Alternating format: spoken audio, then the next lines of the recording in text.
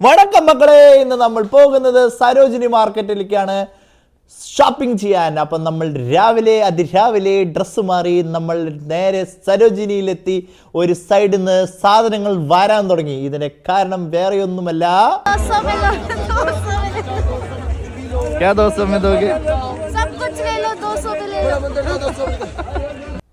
ഇതായിരുന്നു അവസ്ഥ.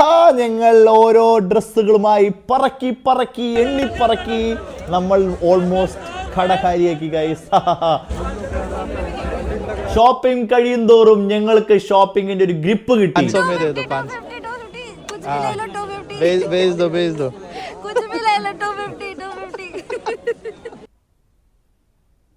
കണ്ടില്ലേ, എക്സ്പേർട്ടായി. ഞങ്ങളും അതേ വഴിയിൽ 100 റുപ്പേ ജോബിലല്ലോ 100 റുപ്പേ. ഇതായിരുന്നു അവസ്ഥ ഞങ്ങളുടെ. അങ്ങനെ ഞങ്ങൾ പാർക്കിങ്ങിലെത്തിയപ്പോൾ കാറിന്റെ അവസ്ഥ ഇങ്ങനെ.